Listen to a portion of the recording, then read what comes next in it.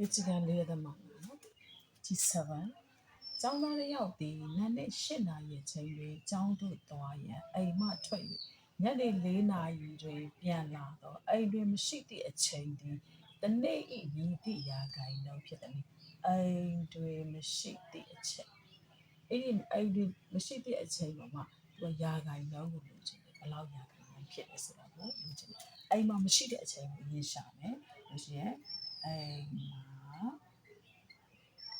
မရှိသည့်အချိန်နော်မရှိသည့်အချိန်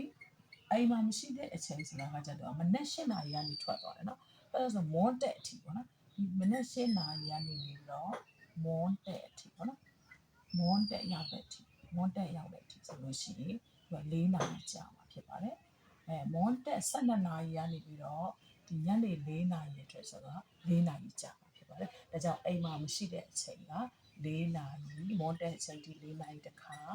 ညနေမွန်းတက်ကနေပြီးတော့4နာရီအထိကကြတော့4နာရီတခါဆိုလို့ရှိရင်4နာရီတစ်ခါဆိုတော့အိမ်မှာမရှိတဲ့အချိန်က8နာရီရဖြစ်ပါတယ်အဲ့လိုရှိသူကတနေ့ဤမြည်သည့်ရာဂိုင်နှုန်းဖြစ်တယ်ဆိုတနေ့ရဲ့အချိုးကိုအရေးရှာမယ်ပြီးမှရာဂိုင်နှုန်းရှာမယ်တနေ့ညီမျှခြင်းဒီဘယ်လောက်နာရီရှိလဲဆိုတနေ့တောင်မဟုတ်တစ်ရက်ပေါ့နော်ဆိုရင်တစ်ရက်တနေ့တစ်ရက်နဲ့တူတူပဲဘယ်လောက်လဲဆို24နာရီရှိပါတယ်အဲ့လိုရှိရင်သူကဒီမှာရှိနေတာကတနေ့ဤဘယ်လောက်ရာဂိုင်နှုန်းဖြစ်လဲဆိုတော့အဲ့နာရီဒီတနေ့နော်တနေ့ဘယ်လောက်ရှိမှာဆို8/24ရှိမှာဖြစ်ပါတယ်သူကရာဂိုင်နှုန်းလုံးချင်တဲ့ပုံစံတနေ့8ရာဂိုင်နှုန်းပေါ့နော်တနေ့ရာဂိုင်နှုန်းကိုလိုချင်တဲ့ပြည့်တော့တနေ့မရှိတဲ့8/24ကို100နဲ့ပြောင်းလိုက်တာနဲ့ကိုသူကရာဂိုင်နှုန်းဖြစ်သွားမှာဖြစ်ပါတယ်လို့ရှိရင်8တလီ8 8 3နဲ့14 100ကို3နဲ့မြောက်လိုက်တဲ့ရာဂိုင်နှုန်းဒီကြာနေမှာဆိုလို့ရှိရင်အဲ့ဒီ1/3% ဖြစ်ပါတယ်ဒီကျန်နေတဲ့မှာG7 နော်နံပါတ်စဘာတစ်ပုတ်ဤ33%ဒီ10 kg လေးတော့စဘာတစ်ပုတ်လောက်ဤအလေးချိန်ကိုရှာသူလိုချင်ကစဘာတစ်ပုတ်လောက်ဤအလေးချိန်စဘာတစ်ပုတ်ဤဆိုတာစဘာတစ်ပုတ်လောက်ဤအလေးချိန်နဲ့တူတူပဲစဘာတစ်ပုတ်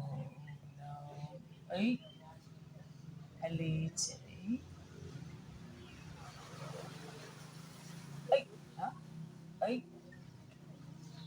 3% D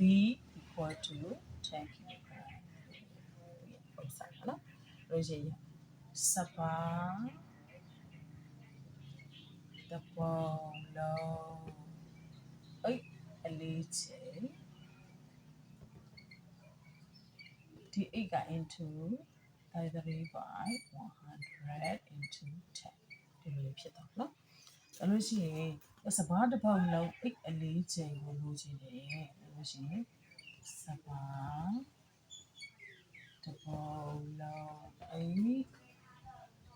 အလေးချိန်ကိုလိုချင်တယ်ဆိုလို့ရှိရင်ဒီနေရာမှာဆိုလို့ရှိရင်3ကိုပြောက်ချင်တယ်ဆိုတော့3နဲ့စားမယ်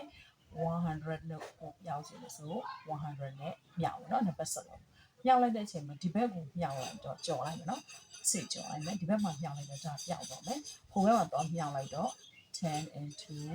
100 by 33ဖြစ်ပါတယ်လို့ရှိရင်1000 by 33ဖြစ်ပါတယ်လို့ရှိရင်ဒီနေရာမှာဆိုလို့ရှိရင်ခါလဲကြားနေမှာဆိုတော့เนาะအဖြေတိုင်းရေးလိုက်မယ်